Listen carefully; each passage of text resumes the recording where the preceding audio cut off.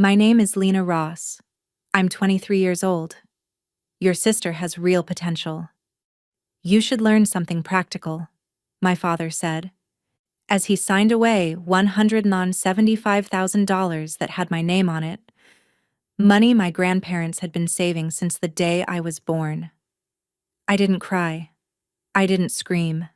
I didn't throw a single plate across that kitchen. I picked up my backpack, walked out the front door with $340 to my name, and I never looked back. Last Tuesday, my parents walked into my office on the 18th floor of a glass tower in downtown Seattle. My mother's knees buckled, but not because of the skyline, not because of the reception desk, not even because of the 38 employees working just outside the conference room. It was the way I looked at her, the way you look at a stranger who walked into the wrong life. But to understand what happened in that office, you need to understand what happened 5 years earlier at a kitchen table in Maplewood, Washington, and the one piece of paper my father never knew existed. Let me take you back to March of 2021, the week everything changed. I grew up in a pale blue 2-story house on Alder Ridge Drive, white trim, a neat front yard, and a mailbox my father repainted every spring because in our house, appearances mattered more than anything. From the outside, we looked perfect. From the inside, we were something else entirely. We ran like a system, a quiet, controlled system, and my father, Daniel Ross, was the one in charge.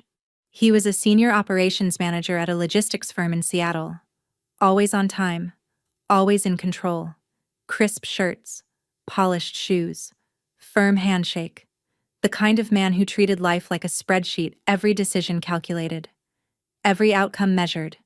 He controlled every dollar that entered our home.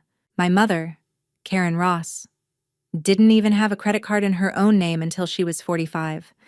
That should tell you everything. The rules in our house were never spoken out loud. They didn't have to be. My younger sister, Ava, 2 years younger, louder, brighter, and the unquestioned center of my father's world got everything. New phone every year, dance competitions across state lines, her own bedroom, freshly renovated, while I was moved into a narrow guest room at 14 because Ava needed space to grow. Ava got opportunities, I got responsibilities, dishes, laundry, quiet expectations. The unspoken role of helping my mother keep everything running while my father invested in the future. And I was good at drawing, really good. My art teacher, Mrs. Bennett, once told me I had the kind of visual thinking that design schools compete for. She helped me put together a portfolio, weeks of work, late nights, revisions, and even wrote me a recommendation letter for a summer program at the Pacific Design Institute. I remember placing it carefully on the kitchen counter. My father looked at it for maybe 4 seconds. Drawing isn't a career. Lena, it's a hobby. He set it aside and never mentioned it again. But the college fund, that was supposed to be different. My grandparents, my mom's parents, had opened 2 custodial accounts the year we were born. One for Ava, one for me. $175,000 each. 18 years of deposits, interest, and intention. My father announced it one Thanksgiving when I was 15. He stood at the head of the table, wine glass in hand, like he was presenting quarterly results. Both my daughters have their future secured, he said. $175,000 each, fully funded. No one touches it. The whole table applauded. Aunt Melissa, Uncle Greg, cousins, everyone. I remember standing there afterward, staring at the living room wall. Every frame was Ava, her dance trophies, her awards, her smiling photos in bright costumes under stage lights. There was one picture of me. One. A blurry family Christmas photo from years ago. Half my face hidden behind my father's shoulder, tucked into the corner near the thermostat like an afterthought. I remember thinking even back then, at least the money is equal. I was wrong. If this story is starting to pull you in and make you wonder what comes next, feel free to take a moment to subscribe, but only if it truly resonates with you. I'd also love to know where you're listening from and what the weather is like there right now. Drop it in the comments. This is a fictional story, enhanced with the help of AI to add depth and emotion. Now, sit back, get comfortable, and let's continue. If there was one person in my life who made me feel like I wasn't invisible, it was my grandmother, Margaret Hale. She had spent over 40 years as a seamstress, running a small alteration shop out of her garage in a quiet neighborhood in Tacoma. By the time I knew her, her hands had started to stiffen, the fine movements slower than they used to be, but still precise in a way that felt almost magical. When she looked at you, she really looked like nothing else existed, like you were the only story worth hearing. No one else in my family ever did that. Not for me. Grandma Margaret was the one who taught me how to sketch, not the kind you learn in school, not shading exercises or perspective drills, but something more practical. She would lay out fabric patterns on her cutting table, pin them down carefully, and I would trace them freehand onto paper. Your hands and your mind. Lena, she used to say softly, no one can ever take those from you. She died in the spring when I was 16. Ovarian cancer. Fast. Merciless. My father didn't attend the funeral. He said he had a work obligation, which, in Daniel Ross language, meant he didn't believe his wife's mother was worth missing a meeting for. My mother stood beside the casket alone. I stood next to her. Ava didn't come either. She had a regional dance showcase that weekend, something she called too important to miss. A week before my grandmother passed, she pulled me close in her hospital room. Her voice was barely more than a whisper, but her grip was strong, stronger than I'd ever felt. I set something aside for you, she said. Not much, but it's yours. Only yours. A man named Thomas Keene will find you when the time is right. I thought she meant jewelry, or maybe one of her quilts. I was 16. I didn't know what a trust was.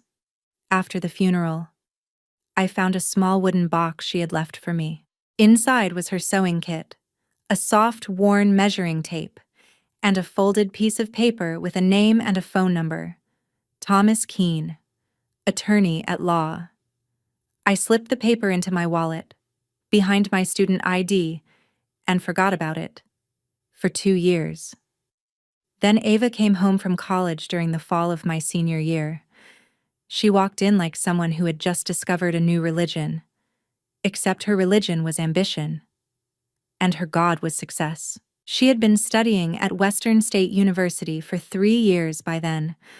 Her grades were average at best. I only knew because I once overheard her arguing over the phone with an academic advisor late at night. But at the dinner table, that's not the story she told. According to Ava, she was building connections, developing her brand, setting the stage for something big. My father listened like every word was gospel.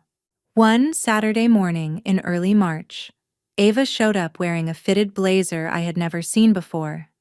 The tag was still attached inside the sleeve, like she wanted someone to notice. She carried a plastic binder, 8 or 9 pages, printed neatly, double-spaced. Her business plan. I was standing at the sink, washing breakfast dishes, when she sat down across from my father and began her pitch. She talked about an MBA, a top-tier program, then seed funding for a startup, something in digital consulting, though she never explained what that actually meant. She had run the numbers. She said confidently, total investment required, around $175,000. I turned off the faucet slowly, water dripping from my hands. Dad, Ava said, leaning back in her chair, crossing one leg over the other like she was already in a boardroom. Let's be realistic. You have 2 college funds sitting there. I need one of them.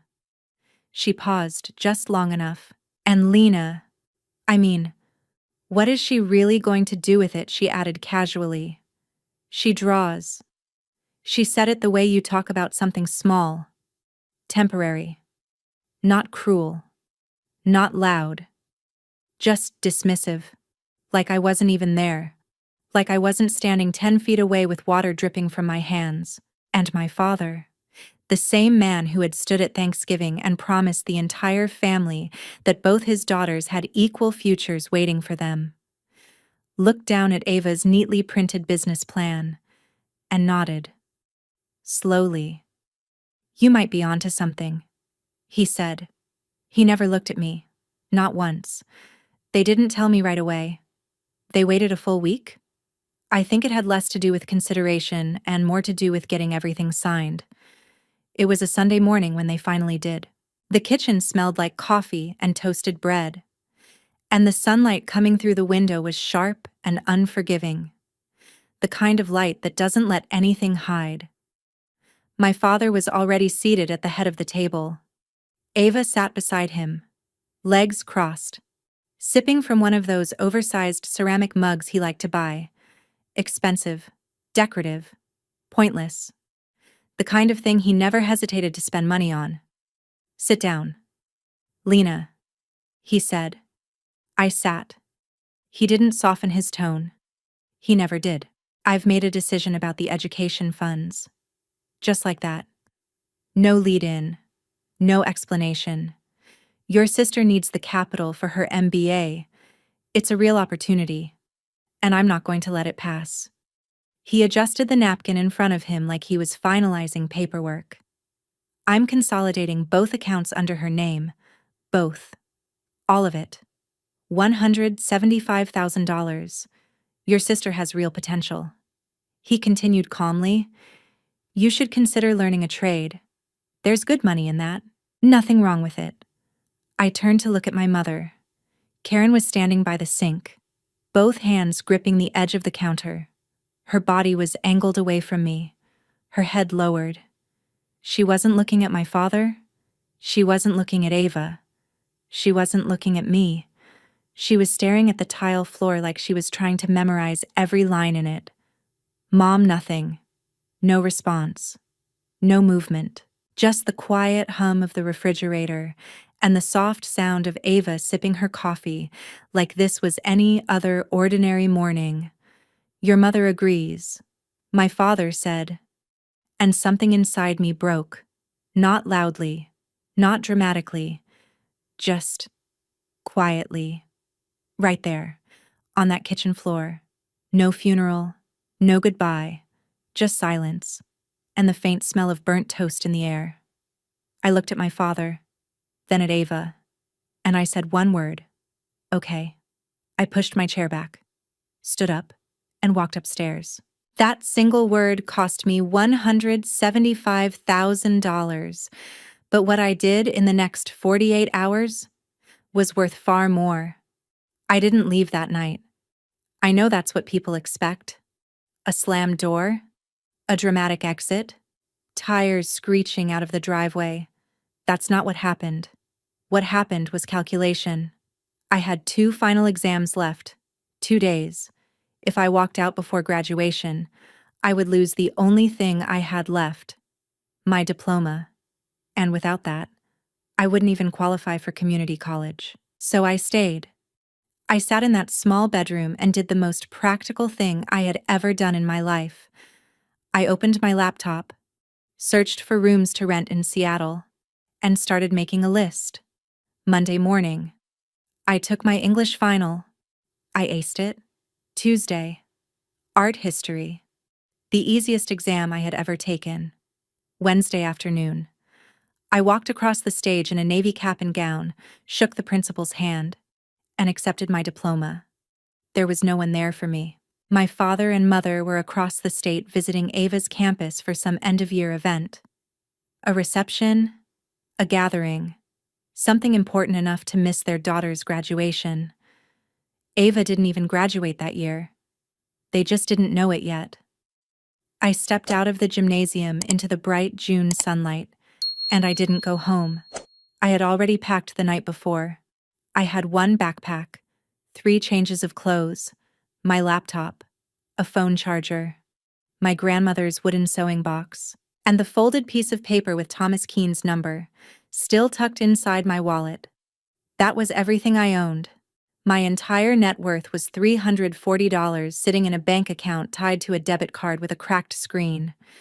Before I left, I wrote a note and placed it on the kitchen table, the same table where my grandmother had once taught me how to trace patterns, the same table where my father had signed away my future like it was nothing.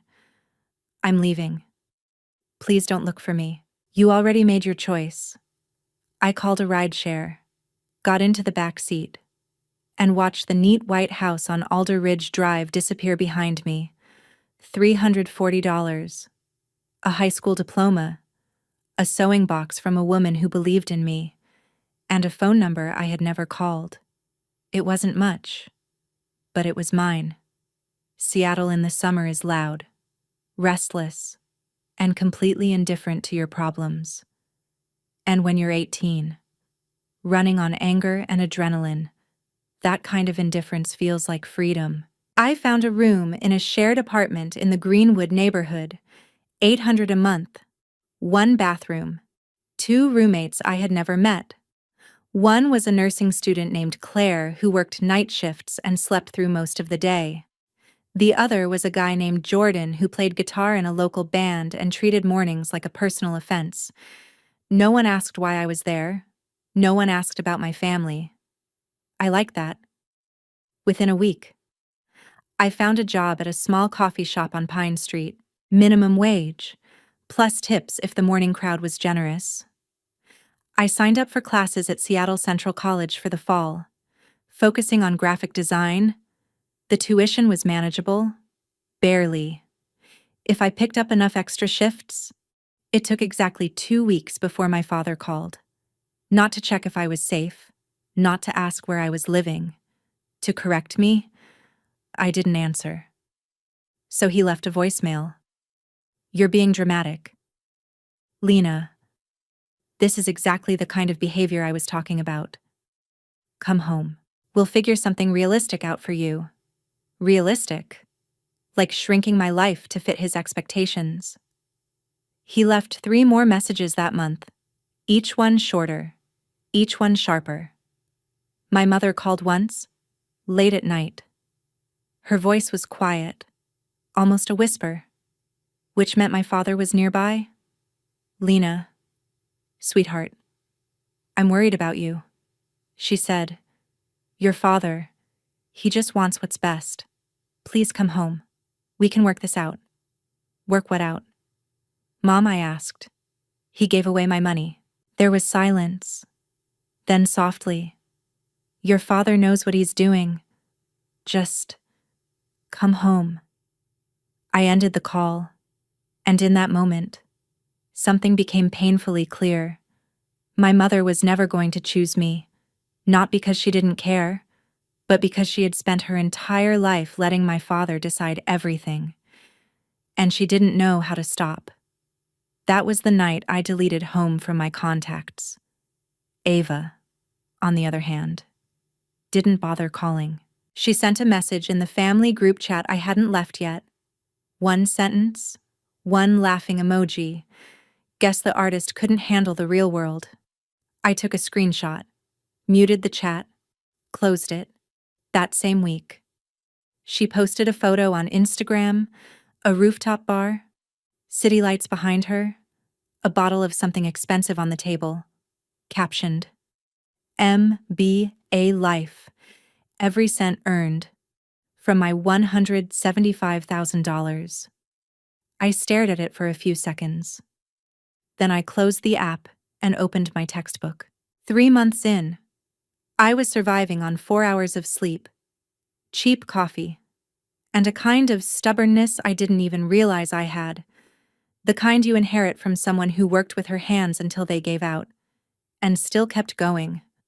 One night, I was sitting on the lower bunk in my room, digging through my bag looking for a pen, when my fingers brushed against the wooden box, my grandmother's sewing kit. I opened it slowly, carefully, like I already knew it was going to matter. The measuring tape, the needles, the faint smell of fabric and time, and underneath it all, the folded piece of paper, Thomas Keene, attorney at law, a phone number. I had carried it with me for 2 years. Never called. It always felt like something for later, for some undefined moment in the future. But sitting there, with $214 left in my account and a tuition bill due in 6 weeks, I realized this was that moment. I called the next morning. He picked up on the second ring. His voice was calm, steady. The kind of voice that comes from decades of explaining difficult things to people on their worst days. He told me he had been trying to reach me. He had sent 2 letters to my parents' house over the past 2 years. I never received them. There was a pause on the line. Not awkward, not confused, just understanding. I see, he said. We both knew what that meant. My father had never intended for those letters to reach me. Thomas asked me to come to his office in Bellevue. I took a bus across the city. Then another one, sitting by the window with my backpack on my lap and that same piece of paper folded neatly inside my wallet. His office was small, just him and a paralegal. A quiet brick building with shelves lined with legal books and a brass desk lamp that looked older than anything I owned. He sat me down and began to explain. 4 years before she passed, my grandmother had set up a revocable trust, $12,000, every dollar from her own savings. I was the sole beneficiary, Lena Margaret Ross. The trust was designed to transfer to me when I turned 18 and contacted the trustee. Thomas Keene was that trustee. She told me you would call one day, he said gently. She just didn't know when. Then he slid a check across the desk. $12,000. Next to it was a copy of the trust document. At the bottom was my grandmother's signature. Thin, slightly unsteady, but unmistakably hers. Every letter written with intention. I held that paper in my hands, and for the first time since I left home, I cried. Not because of the money, because someone had thought of me. Someone had planned for me. Someone had made sure that, no matter what happened, I would have something that was mine and no one else's. But Thomas wasn't finished. There's something else you should see, he said. He opened a folder and turned it toward me. Your custodial account, the one with $175,000. I requested the transaction records. As the beneficiary, you have a right to them. Inside the folder was a printed email from my father, dated March 18th, 4 sentences long, an instruction to withdraw the full amount from my account and transfer it into a new account under Ava's name. There was no explanation, no mention of my education, no mention of me at all, just numbers, just instructions, cold, clean, final. Under Washington law, Thomas explained, a custodial account like mine came with a legal obligation. A custodian has a fiduciary duty to act in the best interest of the minor. He said, that's you. What your father did isn't just unfair. Lena, it's a violation of that duty. My chest tightened. So I can get it back, I asked quietly. He didn't sugarcoat it. You can file a claim, but your father would need to have the assets to return, and legal action takes time and money. I can't promise you an outcome. I sat there for a long time, staring at that piece of paper, my father's name, the date, the amount. It didn't look like betrayal. It looked like paperwork. like moving funds from one place to another. And then, slowly, I folded the document and placed it back into the folder with the check. "I'm not going to sue him," I said. Thomas raised an eyebrow slightly. "I don't want his money," I continued. "I want mine." He nodded. Slowly. "Not in agreement. In respect? The statute of limitations is 6 years," he said. "If you change your mind, you still have time." I thanked him. I took the check, the documents, and the envelope, and stepped back out into the gray Seattle rain.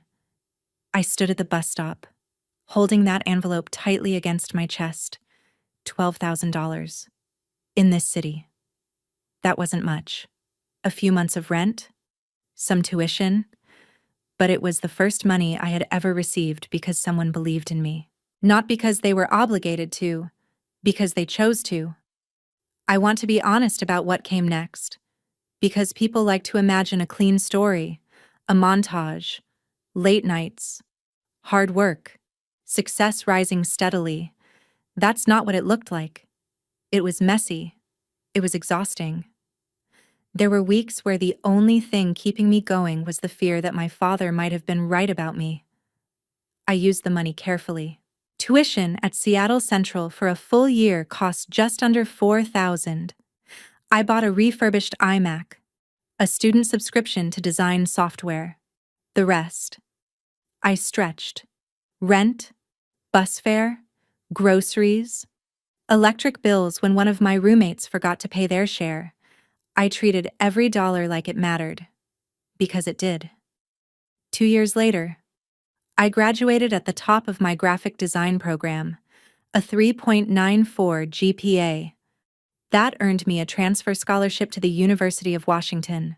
Not full coverage, but enough to make it possible.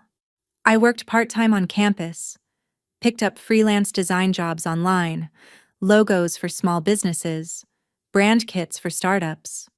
$10 an hour sometimes. Less than that. Occasionally, but it was mine. During my first semester there, I walked into an interview for a design internship and met someone who would change everything. Her name was Rebecca Cole. She was the creative director of a small interior design studio in downtown Seattle, about 40 years old, always had reading glasses resting on top of her head, and she said exactly what she thought. In a world full of people like my father, that felt like oxygen.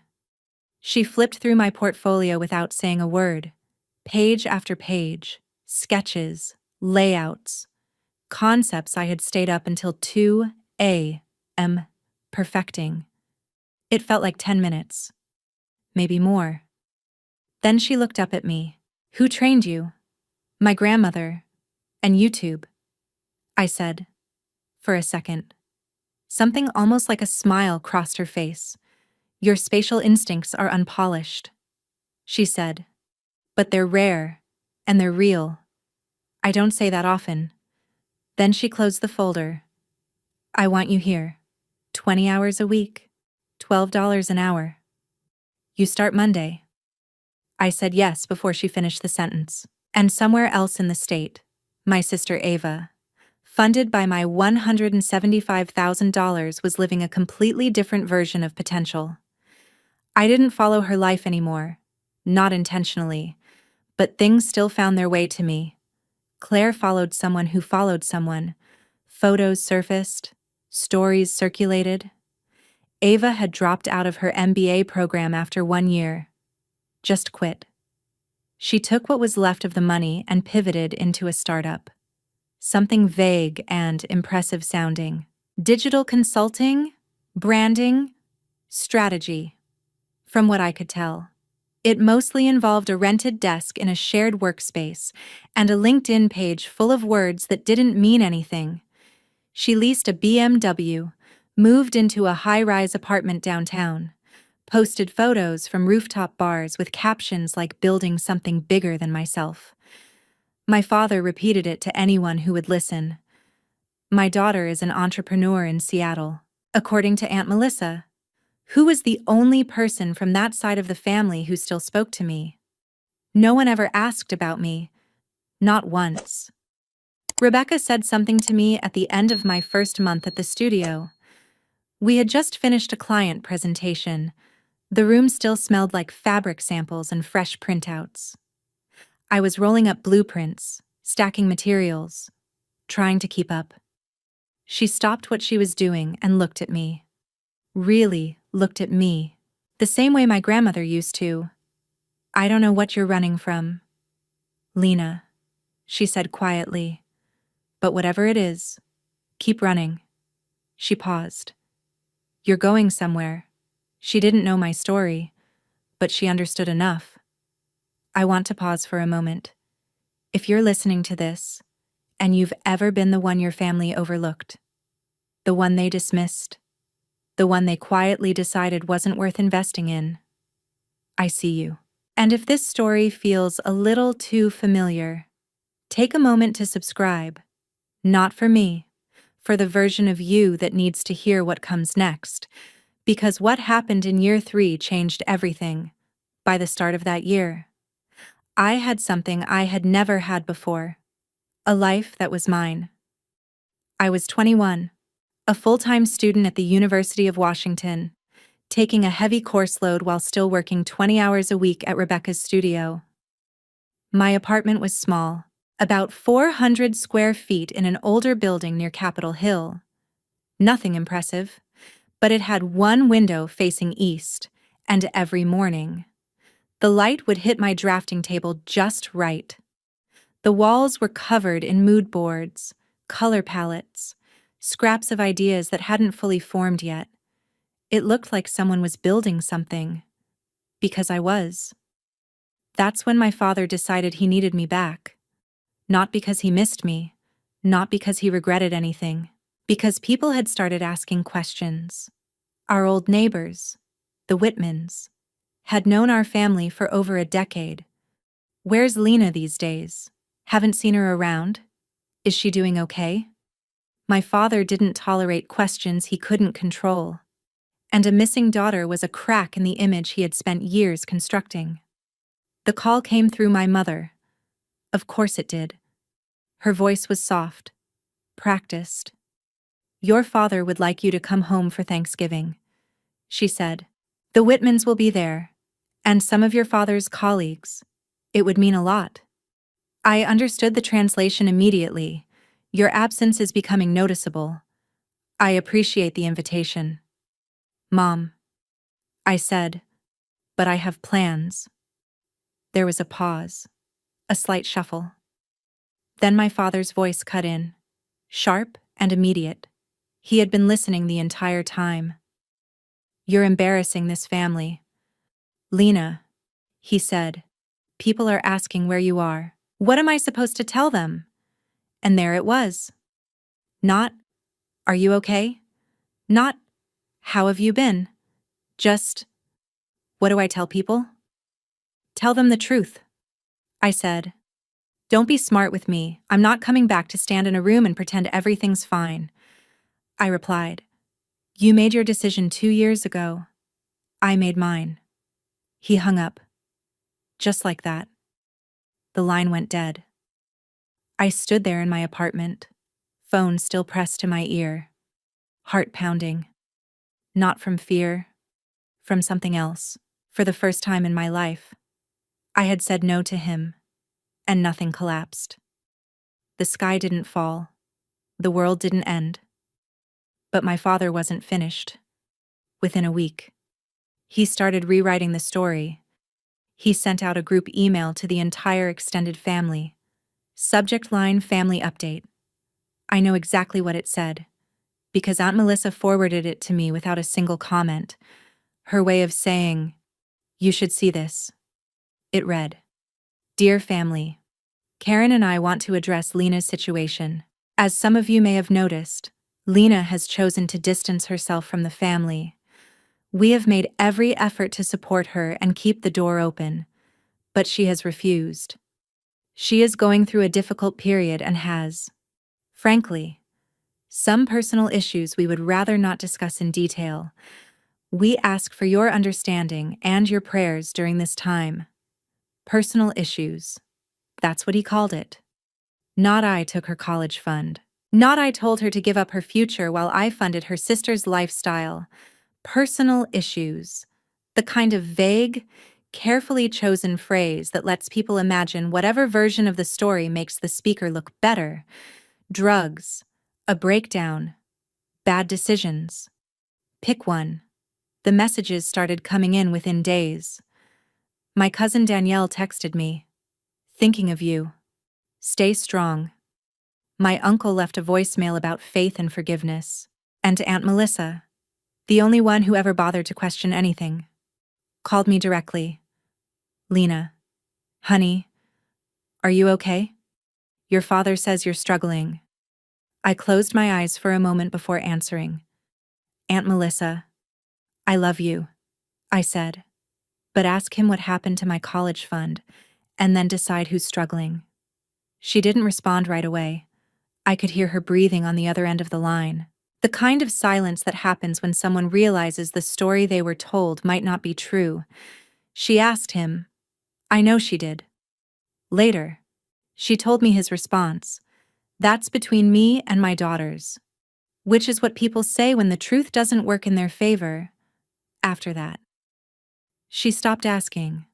Not because she didn't care, but because my father had spent years building a system where questioning him felt like betrayal, and most people choose comfort over confrontation. I didn't have the energy to fight that. I was 21, working, studying, barely keeping everything together. I couldn't run a campaign to defend my name while trying to build a life from nothing. So I did what I had always done. I kept my head down, and I kept moving forward. But I saved that email. I saved the forwarded message from Aunt Melissa. With the timestamp and every recipient listed, I didn't know when I would need it. I just knew I would. Because people who rewrite the past once will do it again. And next time, I wanted proof. 8 months after that Thanksgiving call, Ava reached out. It was a Thursday night, the first time I had heard her voice in over 2 years. Hey, Lena. Her tone was casual, warm, like nothing had ever happened, like we were just sisters catching up. Ava. Dad told me about the whole Thanksgiving thing. She said, I think you're overreacting a little. I didn't say anything. It was just money, she continued. We're family. Families work things out. Just money. $175,000. My education. My future. My grandmother's final gift to me. Just money. It was my money. Ava, I said quietly. Well, technically. Sure, she replied. But Dad made the call he thought was best. And honestly, she paused. I could hear her shifting, like she was getting comfortable, settling deeper into whatever version of her life she had built. I needed it more. There it was. Simple. Clean. Justified. You always land on your feet. Lena, she added. You're resilient. Resilient. The word people use when they want to admire your survival, without acknowledging they caused it. I didn't respond. I let the silence stretch, long enough to make her uncomfortable. Her tone changed. The warmth disappeared. Fine, she said. But let me be clear. If you keep dragging this out, if you start making Dad look bad over some account, I'll make sure people know why you really left. I felt something in my chest go still. I'll tell them you couldn't handle not being the favorite. She continued. I'll make sure that version sticks. And just like that, there she was. Not the confident entrepreneur, not the golden child. Just the same person who had sat at that kitchen table and dismissed my entire future with one sentence. I spoke slowly, calmly. Ava, I said, I'm only going to say this once. There was a pause. Don't call me again, unless it's to apologize with a check. I took a breath, and even then, call a lawyer first. I hung up. My hand was shaking, My voice hadn't been. That was the last time I spoke to my sister. For 2 years and 4 months. Until the day she walked into my office. With my parents. There's something people don't tell you about starting over from nothing. It doesn't stay in the past. It follows you. Quietly. Waiting for the moment you finally think you've moved on. By the end of my 3rd year, I had been moving nonstop for nearly 30 months. Classes, work at the studio, freelance projects on weekends. A budget so tight I could feel it every time I bought groceries. And then, in the span of a single week, everything cracked. The first hit came from my biggest freelance client, a boutique hotel group I had been doing branding work for. They froze their entire marketing budget.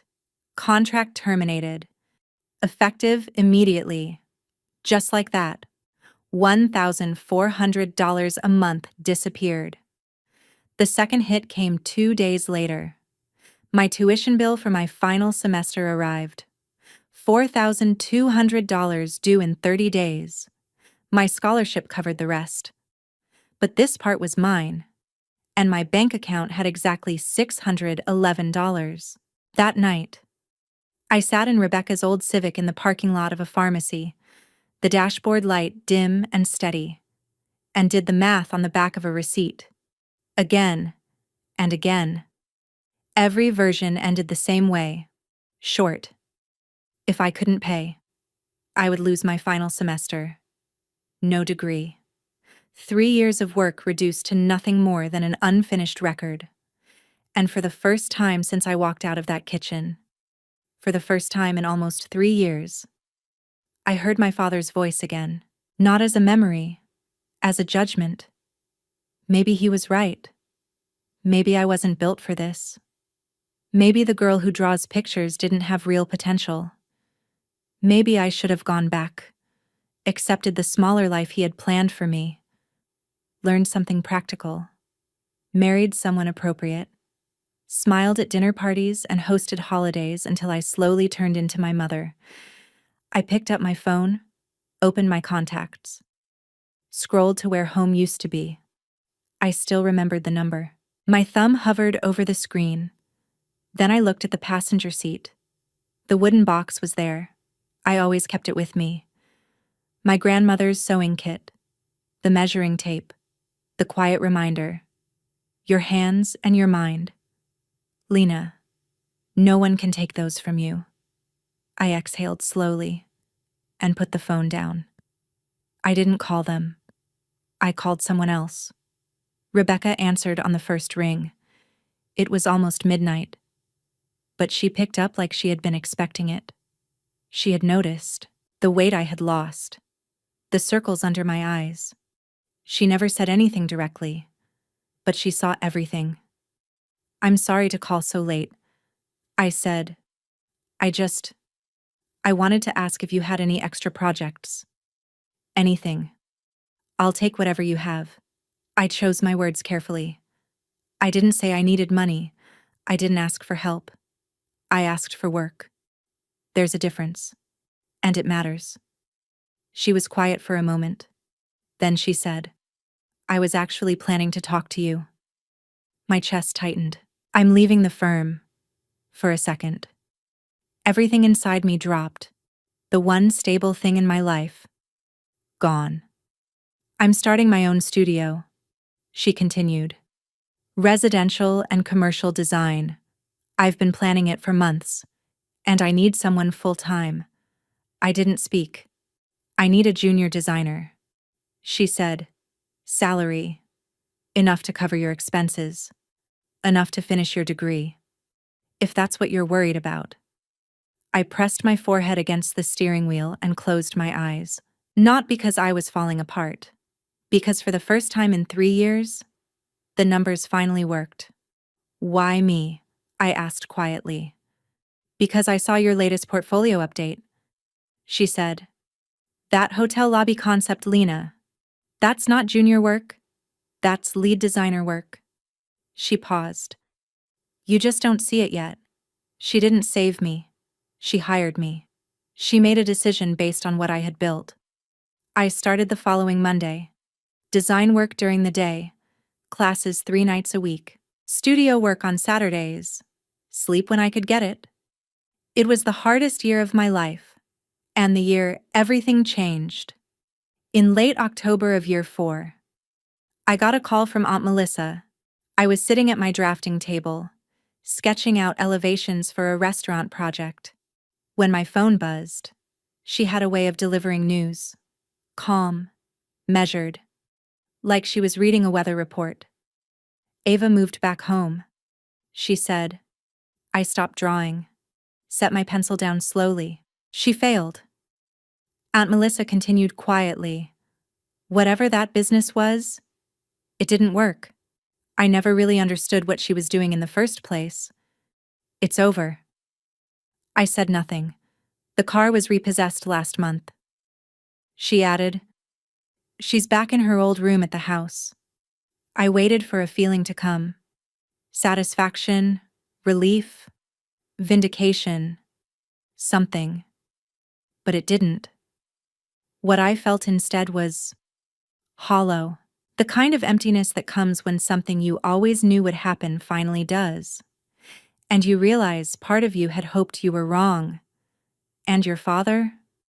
She sighed softly. He refinanced the house, pulled from his retirement, put another 30, maybe 40,000 into Ava to try to help her recover. I closed my eyes for a moment. My mom, I asked. She's working now.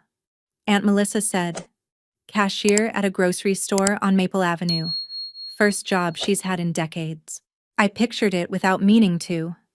My mother, standing behind a register, scanning items, smiling politely at strangers, at 51 years old, because my father had poured everything into one child who couldn't hold on to anything. Does he ever talk about me? I asked. I didn't even know why I asked. Maybe some part of me was still that girl at the kitchen table, waiting to be seen. There was a pause. No, honey, she said gently. He tells people Ava is regrouping, that things will turn around. She hesitated. He doesn't mention you. I nodded, even though she couldn't see me. Then I picked up my pencil again and went back to work. While my father was watching his investment collapse, I was signing my first lease. Not for an apartment, for an office. I graduated from the University of Washington on a bright afternoon in May. Bachelor of Fine Arts in Design. Magna cum laude. The auditorium was full. Families everywhere. Flowers.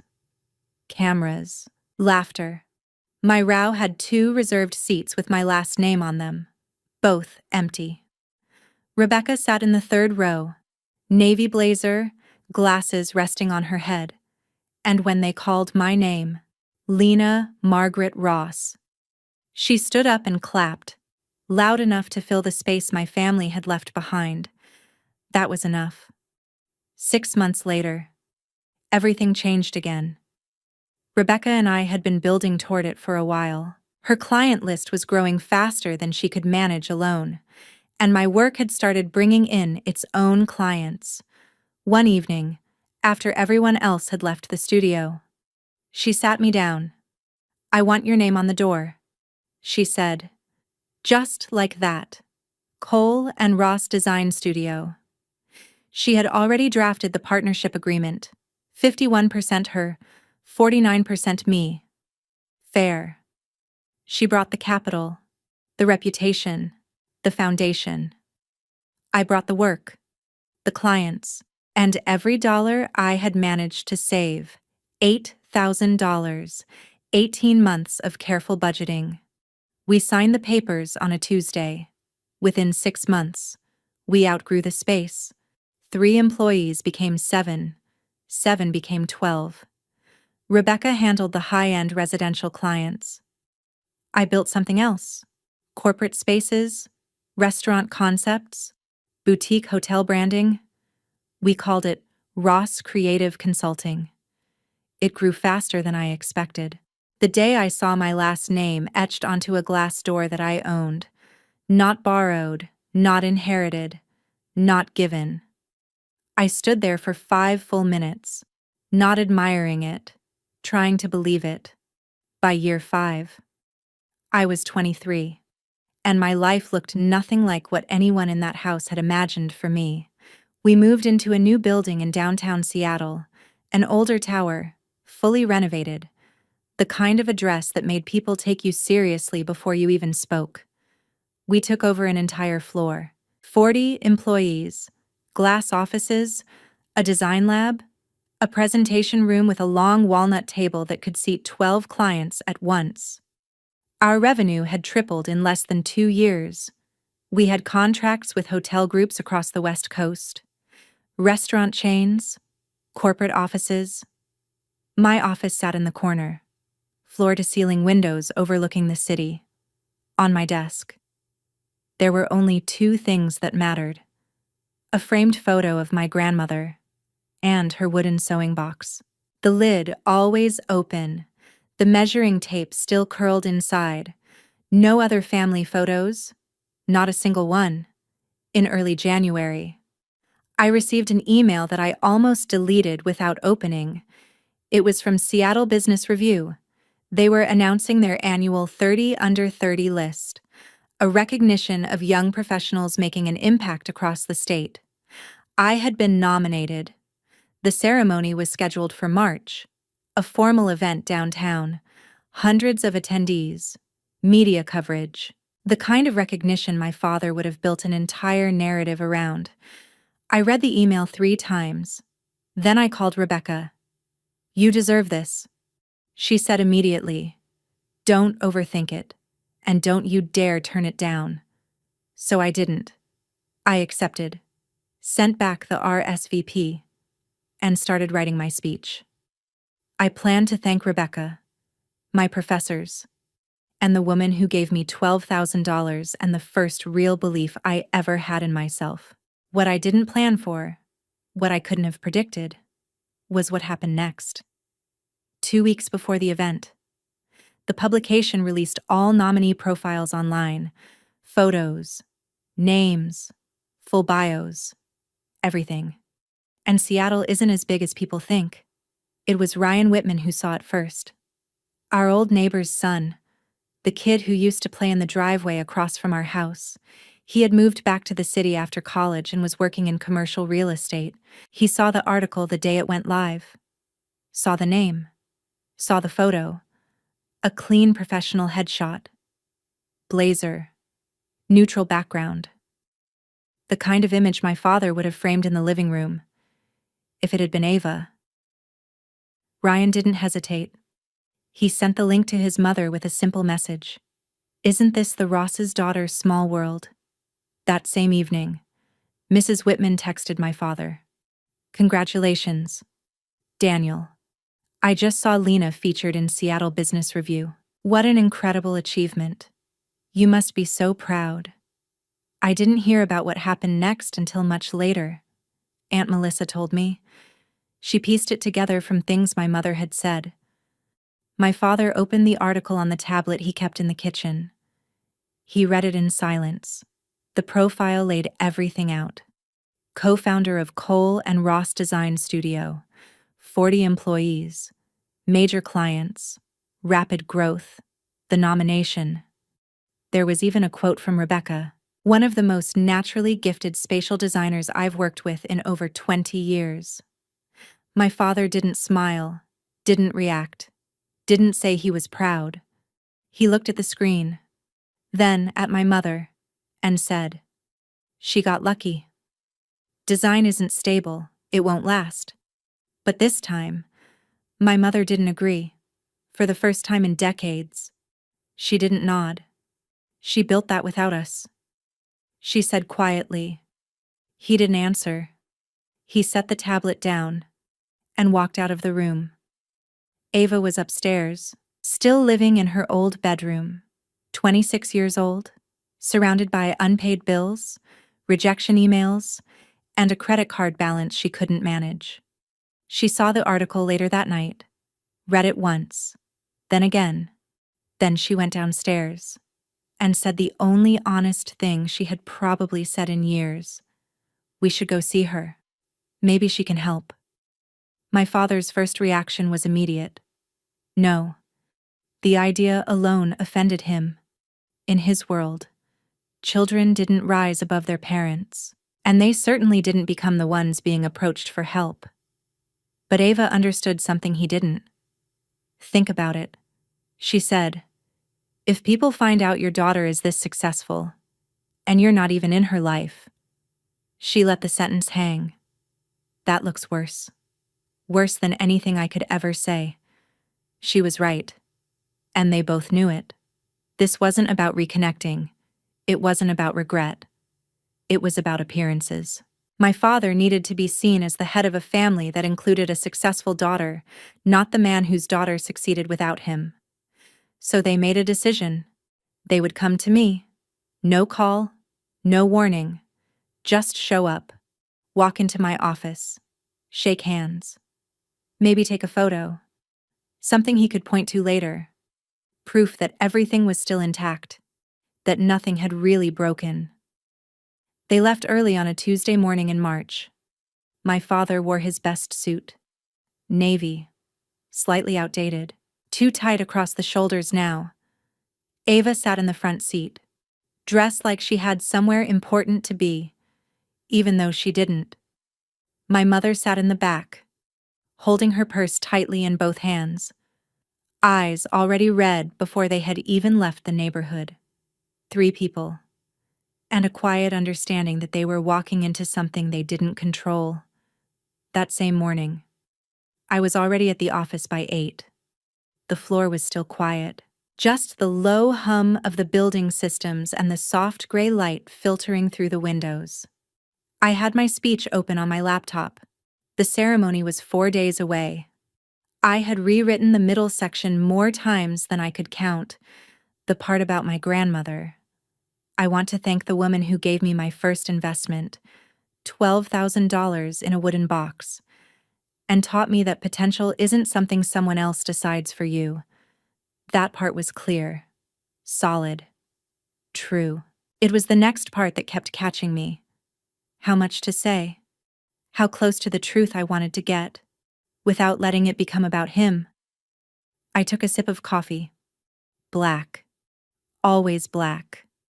My blazer hung neatly over the back of my chair. White linen. The nicest thing I owned. Bought with my own money. The small gold earrings my grandmother gave me rested against my skin. The only piece of jewelry I wore to work. I stood for a moment and looked out the window. The city stretched out below me. Glass, steel, movement. A place that had never promised me anything, and still gave me everything I had built. I hadn't thought about my father in weeks. And that, more than anything, felt like victory. Not the office, not the company, not the title. The fact that he no longer lived in my head. Not for free. Then the intercom buzzed. Miss Ross. It was Olivia at the front desk. Her voice was careful. Unusual. There are 3 people in the lobby. They don't have an appointment. Olivia continued. They said, their family. My hand stopped moving. 5 years. No calls. No letters. No apology. And now they were standing in my lobby like they belonged there. I felt it immediately. That cold, sharp stillness that spreads through your body when something from your past walks into your present without permission. If you've ever had that moment, you know exactly what it feels like. I sat there for a few seconds. Quiet, my fingers resting on the edge of my laptop. The soft blinking light on the phone. I could have said no. I could have told Olivia to let them wait. Or to tell them I was busy, unavailable, gone. A part of me wanted to. The part of me that was still 18, still standing in that kitchen, still trying to understand how everything had been taken so easily. But I wasn't that girl anymore. The version of me sitting in that office knew something she didn't. Avoiding them would give them control. Facing them, On my terms. Would take it back. Send them up, I said. I adjusted my blazer, pulled my chair in, opened a blank document on my laptop so my speech wasn't visible, and waited. A few moments later, I heard the elevator, a soft chime. I didn't go out to greet them. I stayed exactly where I was. Through the glass walls, I could see them enter. Olivia guided them past the reception desk, past the brushed metal logo mounted against the dark wall, Cole and Ross, past the open workspace where dozens of employees were already at their desks. Screens glowing, conversations low, work moving forward. The room felt alive, structured, certain. My father walked in first. Same suit. Older now. Tighter. The fabric pulling at the seams. His shoes were polished. He had made an effort. Behind him, Ava, wrinkled pants, a faded blouse, her posture slightly smaller than I remembered. And behind her, my mother, holding her bag tightly with both hands, her eyes already filled with something she hadn't yet said. They moved through a space they didn't understand. A space that existed because I had chosen to build something instead of going back. Olivia opened the conference room door. Glass walls, a long walnut table, clean lines, a skyline view that stretched across the city. Ms. Ross will be with you shortly, she said. I waited 2 minutes, not to make a point, to steady myself. Then I stood, picked up a notepad, a pen, and walked in. My mother saw me first. She made a sound. Not quite a word, not quite a cry. Something in between. Her knees gave out. Actually gave out. She caught herself on the edge of the table, gripping it tightly. My father reached for her, steadying her, but his face. I will never forget that expression. It wasn't anger. It wasn't disappointment. It was something else. The look of a man who had walked into a room expecting to find something small, and realized he had misjudged it entirely. Ava didn't speak. She just stared. At the room. At the table. At me. Like she was trying to reconcile what she was seeing with what she thought she knew. I met their eyes calmly, the same way I would greet any unexpected visitor. Professional, neutral, distant. Please. I said. Have a seat. They sat. My father instinctively moved to the head of the table, then paused.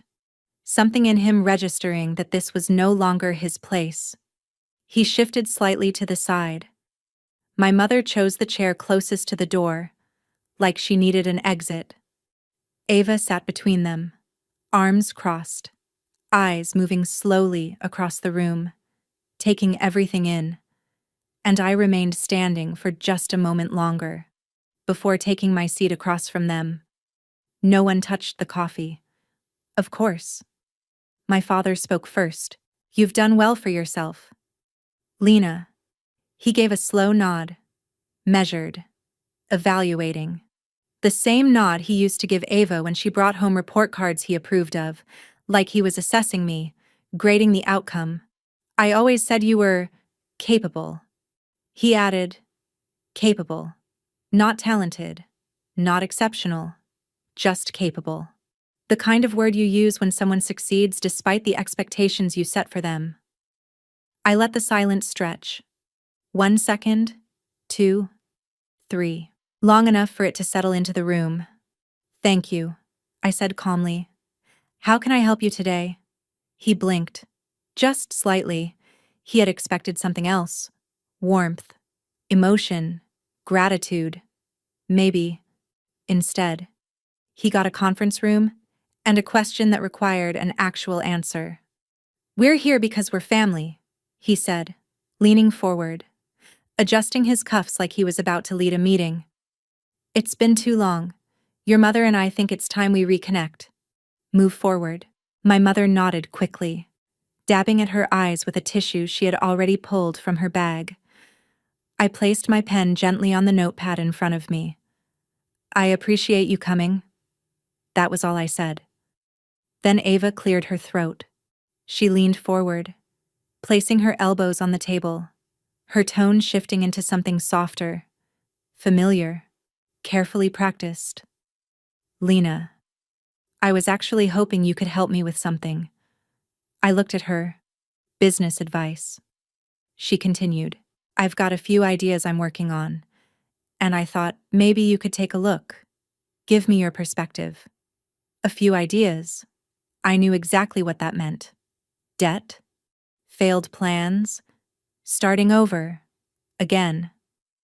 I studied her for a moment, the same way Rebecca used to study my work, looking for structure, for substance, for something that held up under pressure. Ava, I said evenly. Are you here as a client? She frowned. What?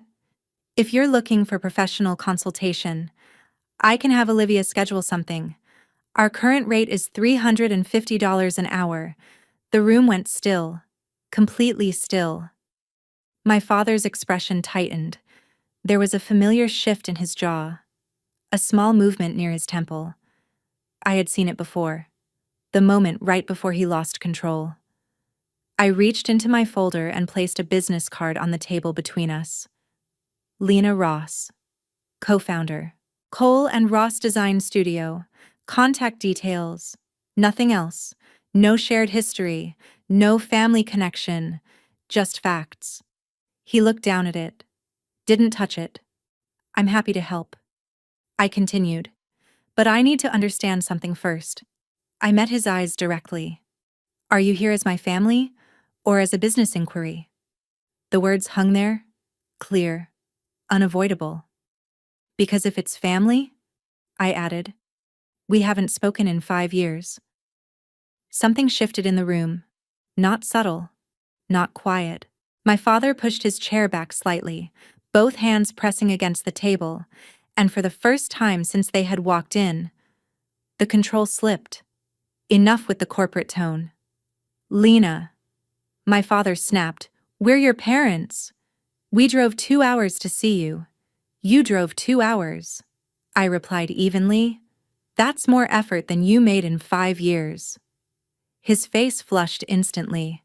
That same vein pulsed at his temple. I made a decision for this family, he said, his voice tightening. I did what I thought was right. I looked at both my daughters and I put the money where it had the best chance of success. He gestured toward me. And look at you. You moved on? You're doing fine. Fine. Like it had been a minor inconvenience. Like $175,000 was something you misplaced and forgot about. Like it hadn't been my future. You took $175,000 that had my name on it. I said. My voice was steady. I had rehearsed that sentence more times than I could count. Not for him. For myself. You transferred it to Ava without my consent. That wasn't a family decision. I held his gaze. That was a legal violation of your fiduciary duty. Silence. Thick. Heavy. I chose not to sue you. I continued. That doesn't mean I forgot. The color drained from his face. Not red anymore. White. The look of someone who just realized the person they underestimated. Understood everything. How? He started. I had a lawyer explain it to me. I said.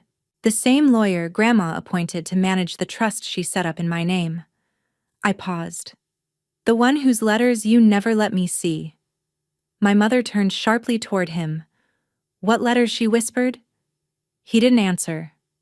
Ava leaned forward slightly, her posture shifting. The confidence was gone, replaced with something rawer, something familiar. Desperation. Lena, listen, she said quickly. I'm in a tough spot right now. Okay, I've got about $60,000 in debt, mostly credit cards. If you could just help me out a little, just something to get me through. No. The word landed cleanly.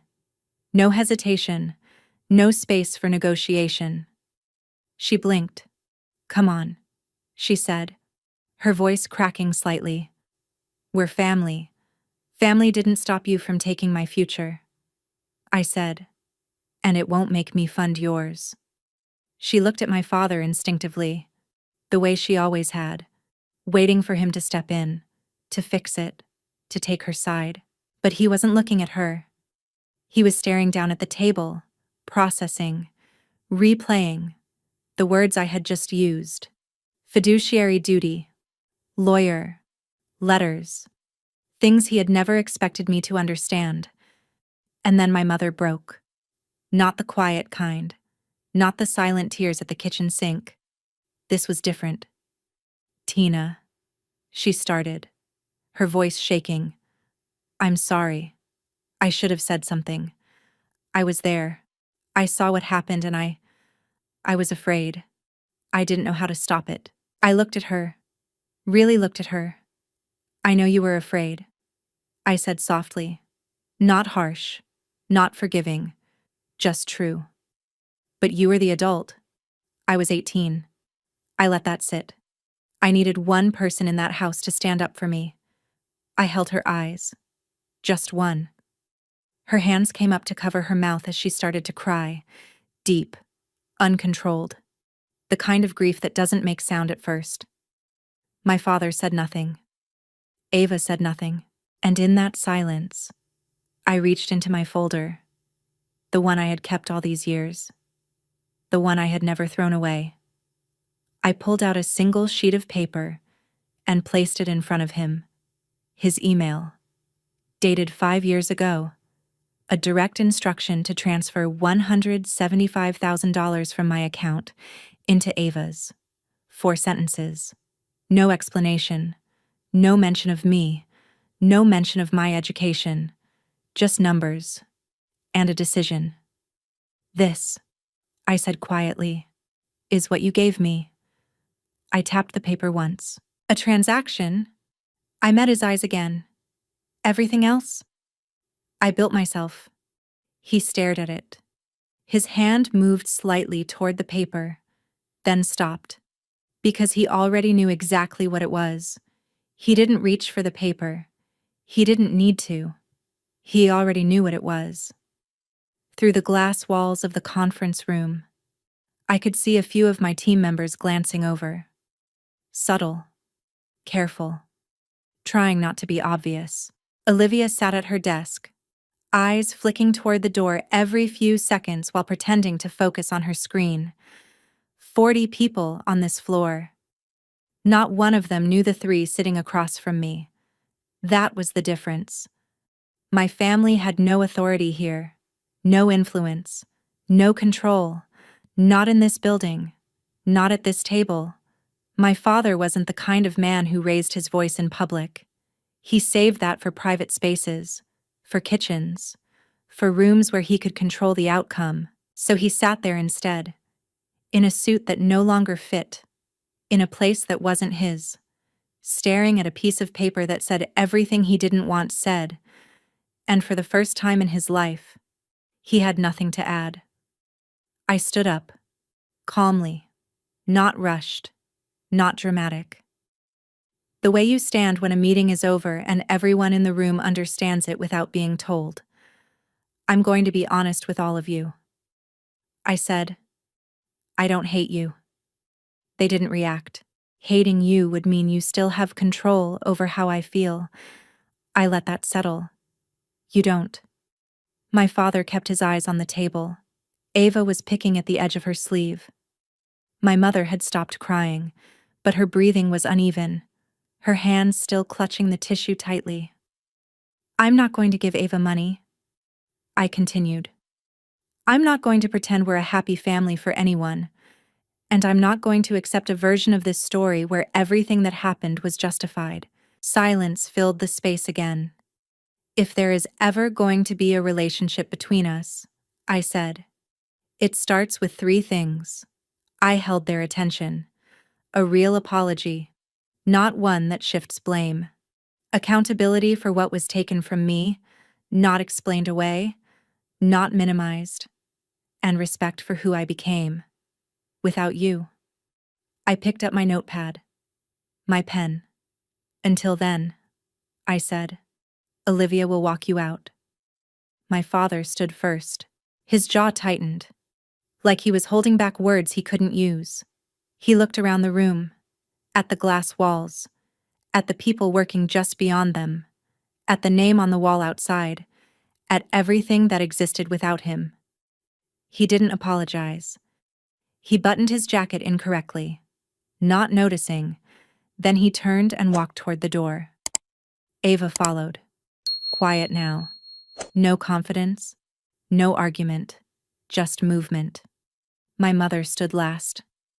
Slowly, she steadied herself on the back of the chair before turning toward me. And for a moment, she looked at me differently. Not as a child, not as someone to manage, but as someone she was seeing clearly for the first time. Your grandmother, she said softly. Her voice still fragile. She would be proud of you. Something shifted inside me, not enough to undo anything, but enough to feel. I know, I said, and that was all. Olivia held the conference room door open. The moment it swung wide, the sound of the office rushed back in, keyboards clicking, phones ringing, a quiet burst of laughter near the coffee station, the steady rhythm of work. My work. My father walked out first. His posture had changed, subtly. His shoulders pulled in, like he was trying to take up less space than he used to. That navy suit, too tight now, moved through rows of desks, screens, and people who didn't even glance up. Not because they were being disrespectful, because he didn't matter here. He passed through a place where his name carried no weight, where his decisions meant nothing. Ava followed behind him, quieter than I had ever seen her. My mother came last. At the elevator, she hesitated for just a second. Then she turned, looked down the hallway, toward my office. But I was already walking away, back to my desk. The doors closed. And for the first time in 5 years, I let myself think it. I won. Not because of money, not because of titles, not because of the office or the company or the name on the wall. I won because I built something of my own, and the people who once decided my future had just walked out of it with nothing. After they left, I stayed in the conference room for a while. The paper was still on the table. 4 sentences, 5 years old, printed on plain white paper. I picked it up, folded it along the same crease it had always had, and slid it back into the folder. There's something I didn't say in that room, something I've only ever told Rebecca and Thomas Keene. I could have sued my father. I still can. By the time I was 21, the case was already there, clear, documented, a custodial account, a fiduciary duty, $175,000 withdrawn and transferred to someone else, for reasons that had nothing to do with me. Under the law, it wasn't complicated. It wasn't even ambiguous. A judge could have ordered everything returned, plus interest, plus legal fees. Thomas had everything: the transaction records, the emails, the proof. You have a strong case. He told me. I believed him. I sat with that decision for months. Then I said no. Not because I forgave my father, and not because the money didn't matter. There were 3 reasons. The first was simple. He didn't have it anymore. His savings were gone. The house was leveraged. Everything had already been poured into Ava and burned through. Winning a judgment against someone with nothing left is just paper. The second reason was time. I didn't want to spend years in courtrooms, explaining, revisiting, reliving, turning the worst moment of my life into something public, something dissected, something argued over by people who weren't there. I had already lived through it once. I wasn't going to live through it again. just to prove a point. The third reason mattered more than anything else. I didn't want to become the kind of person who built her life around $175,000. I wanted to be the person who built her life without it. Keep the file, I told Thomas. The statute runs 6 years. If he ever tries to rewrite this story publicly, I want proof. He nodded. He understood. The folder went into my desk drawer, not as a weapon, as insurance, at some point. The money stopped being about money. It became about identity, about the kind of person I was going to choose to be. And I chose to be someone who didn't need it. Saturday arrived faster than I expected. The ballroom at the convention center was filled with light, tall windows, crystal chandeliers, tables dressed in white and gold, hundreds of people, sharp suits, elegant dresses, conversations layered with ambition and expectation. There was a backdrop set up for photos. The 30 under 30 logo repeated across it. People lined up, smiling, posing, capturing moments they had worked years for. I stood there in a midnight blue blazer, tailored, fitted, the nicest thing I had ever owned. My grandmother's earrings rested against my ears, small gold knots, simple, steady. I had practiced walking in those heels for a week, not because anyone would notice if I stumbled, because I would. Inside my blazer pocket, there was a folded piece of paper, worn soft at the edges. A name, a number, Thomas Keene. I had carried it for years, not as luck, as a reminder of someone who believed in me before I knew how to believe in myself. Rebecca sat at the front table, proud, calm. She had brought a few members of our team with her. Olivia was there too, dressed differently than I had ever seen her, all of them watching, all of them part of what I had built. They called my name at 8:47. Lena Ross, co-founder of Cole and Ross Design Studio. Seattle Business Review, 30 under 30. The walk to the stage felt longer than it was. The lights were bright. The applause blurred into something distant and warm. I stepped up to the microphone, looked out across the room. 300 faces, waiting. 5 years ago, I began. I had $340 and a high school diploma. The room quieted. Someone I trusted told me I should learn something practical, because I didn't have real potential. A ripple moved through the audience. Small, subtle. He was wrong about the potential, I said. I paused. But he was right about the trade. I let that line settle. I learned a trade, not the one he imagined, but one that taught me how to build something from nothing. I glanced down briefly, then back up. I want to thank the woman who gave me my first investment, $12,000 in a wooden box, and taught me that what you create with your hands and your mind can never be taken from you. My voice steadied. She didn't just give me money, she gave me belief. I let the silence breathe. Then I finished, and that turned out to be worth a lot more. The applause came slowly at first, then stronger, filling the room, not loud, not overwhelming, but real. And for the first time, it felt like it belonged to me. I learned the trade of building something from nothing, from sketches and deadlines, from clients who needed someone to see what they couldn't yet imagine. I paused, took a breath. I want to thank my partner, Rebecca Cole, who didn't rescue me. I let a small smile pass. She hired me. There's a difference. A few people nodded.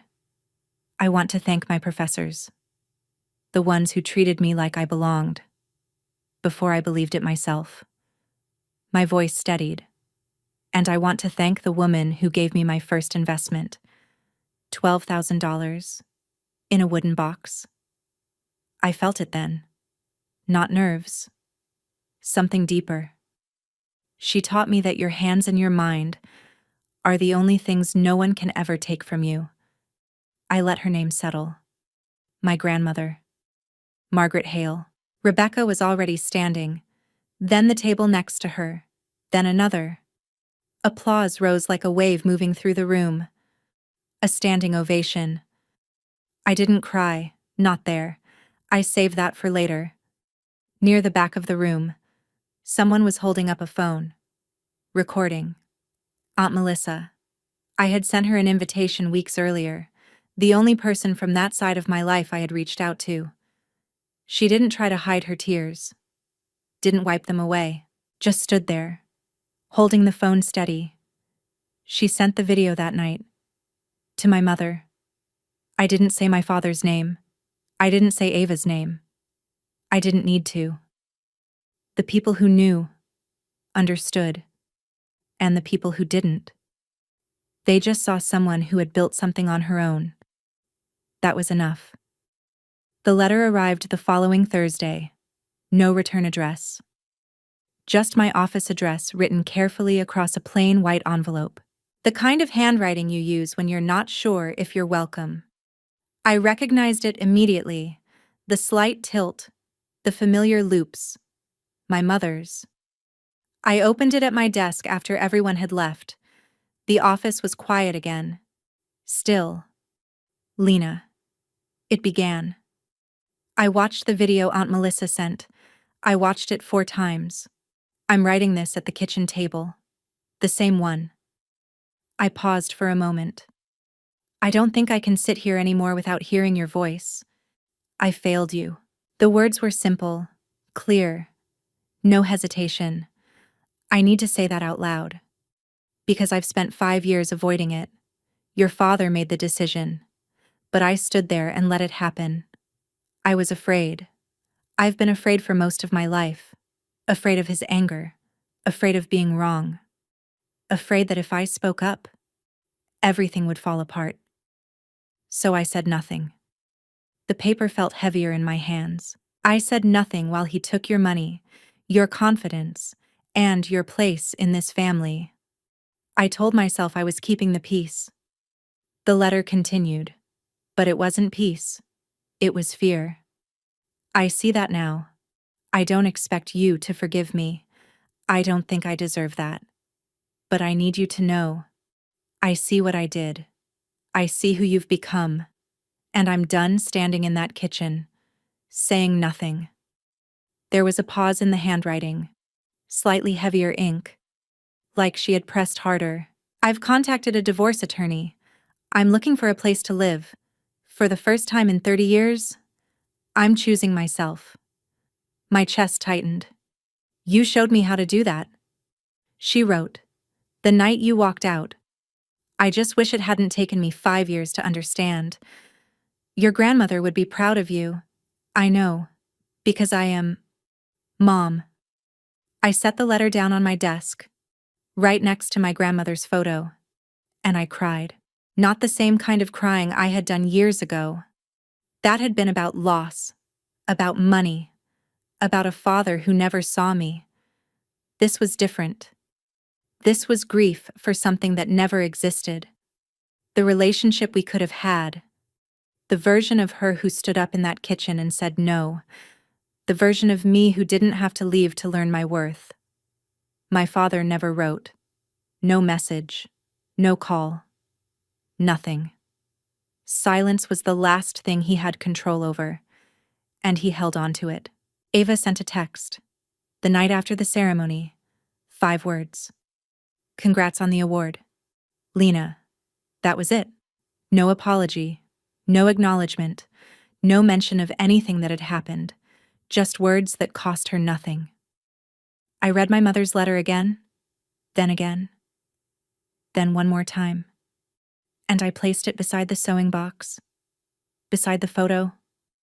A small collection of things that had been given to me by people who, in their own ways, had believed in me. I didn't reply that night. I wasn't ready, but I didn't throw it away. That mattered. If you're still listening, you deserve to know how everything ended. My father took early retirement 6 months after that meeting. Retirement is a generous word. His company restructured. His position disappeared. At 55. With depleted savings and a house tied up in debt. There wasn't much left to negotiate. He still lives in that same house, the one he used to maintain so carefully. The paint on the shutters is starting to peel now. The neighbors are still there. They say he doesn't come outside much anymore. When people ask about me, and they do now, he changes the subject. He has never apologized. Ava works at a car dealership. Sales floor. Middletown. She's 26. Still living in that house. At least for a while. Until the truth about everything came out.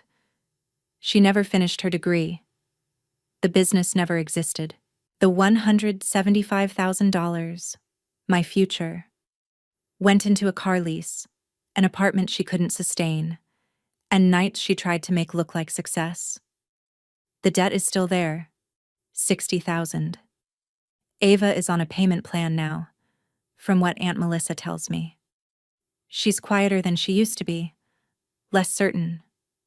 Whether that's growth or just exhaustion, I don't know. She hasn't apologized. My mother moved out in June, a small one-bedroom apartment in a quiet part of the city. Clean, simple, hers. She found a full-time job at an accounting office and enrolled in a bookkeeping program at a local college. There's something almost poetic about that. Karen Ross, at 53, finally learning a trade, and for the first time in her life, she has a bank account with only her name on it. I think about that more often than I expected. As for me, I'm still here. 14th floor. The company is growing. We signed 2 new clients last month. Rebecca and I have been talking about expanding, opening a second office, and every time we talk about it, I think about where I started. A small room, a shared apartment, a borrowed bed, a job that barely covered rent. The sewing box still sits on my desk. The trust document is locked away. The folder with everything my father did, still untouched. And my mother's letter, folded carefully, resting where I can see it. Every morning, I haven't written back. Not yet. But I haven't thrown it away either. And that means something. People ask me sometimes if I'm still angry. I was, for a long time. Anger got me through those early years. It got me out of bed when I was exhausted. It kept me working when I wanted to quit. It pushed me to prove something. To someone. Anger is powerful. It burns hot. It gives you energy when you don't have anything else. But it doesn't last forever. If you hold on to it too long, it starts to consume you instead of driving you. Somewhere along the way, it changed. It didn't disappear. It became something else. Quieter. More stable. Less like fire. More like structure. I don't tell this story because I need sympathy. I built a life I'm proud of. I did it with clarity. With intention.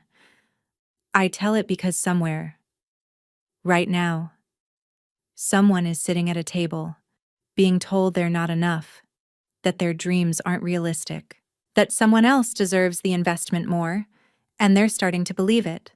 Don't. Because the worst thing that was taken from me wasn't the money, it was the doubt. The years I spent wondering if maybe he was right. Maybe I wasn't enough.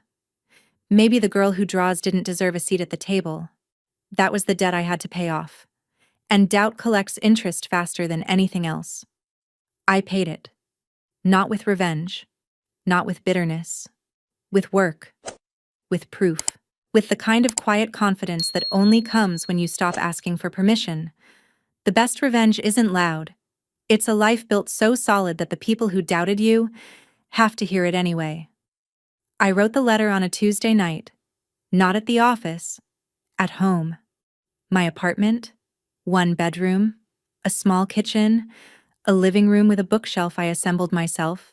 And a plant I had somehow managed to keep alive. Nothing impressive. Everything earned. I sat at the table, a different table, one I had chosen, and I wrote to my mother. I didn't overthink it. I didn't rewrite it.